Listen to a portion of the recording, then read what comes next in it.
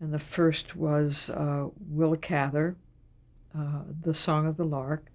I felt it would be a good transitional film. It was kind of an American masterpiece theater, if you were just to think of it in that way.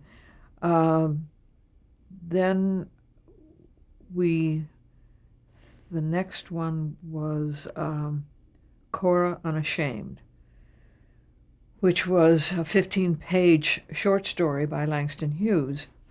Um, we weren't interested in doing another Civil War or a civil rights story or the Southern story. Yet it is such a part of our nation's character and our history and our culture.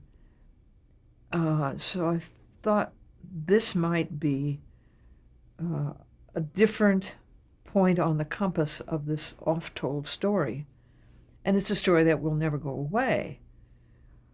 But I was really taken by the Hughes short story because he was born in Missouri.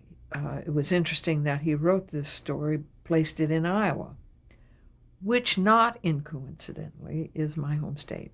So it fulfilled two things that were kind of especially interesting to me. I'd love to take a film to Iowa and make it. I had created the situation for Norman Lear to film Cold Turkey, which was in Iowa, and it was. I thought I'd like to take a picture back sometime. So this was an opportunity, but the story had to tell itself. It had to fit in our prescribed definitions. We went about that very carefully, how to define it, and it seemed to fit. So we chose that as the title. Then I thought it would be interesting to explore and cull from that great Southern writer's context, which is so strong in America's literature.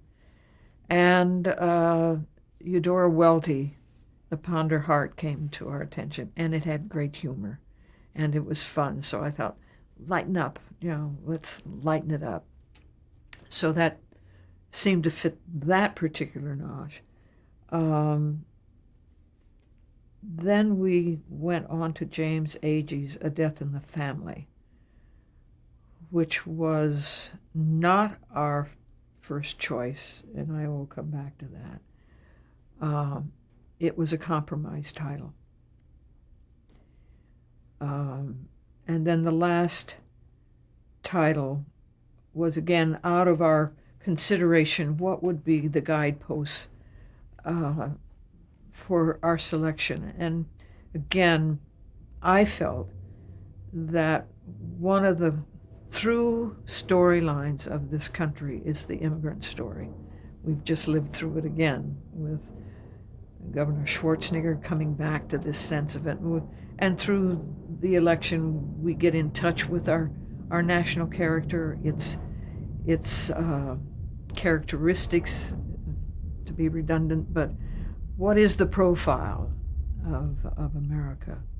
And the immigrant story seemed very, very essential to me. What made this appeal, and I literally found the book at the airport at LAX, because I was looking for what I thought, and we agreed, was the most current reflection of the immigrant story, and that's the Latino population. And I guess the sociology in me was aware that our population, the face of our population, was really browning.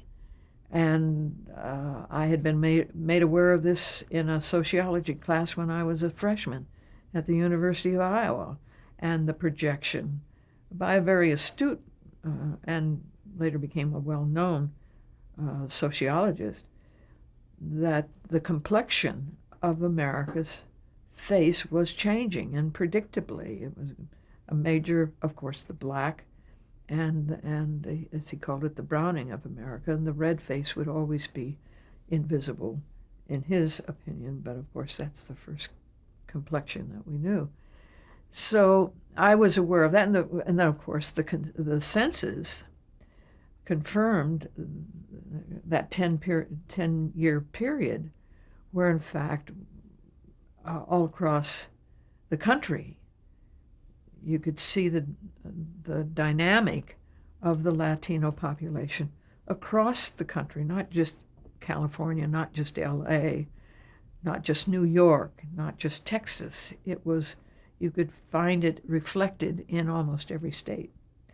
So that was a very compelling reason for me to be mindful. We had gone to Cisneros and her material was not available for television. So there was a handful of authors, and they would be contemporary. We recognized that.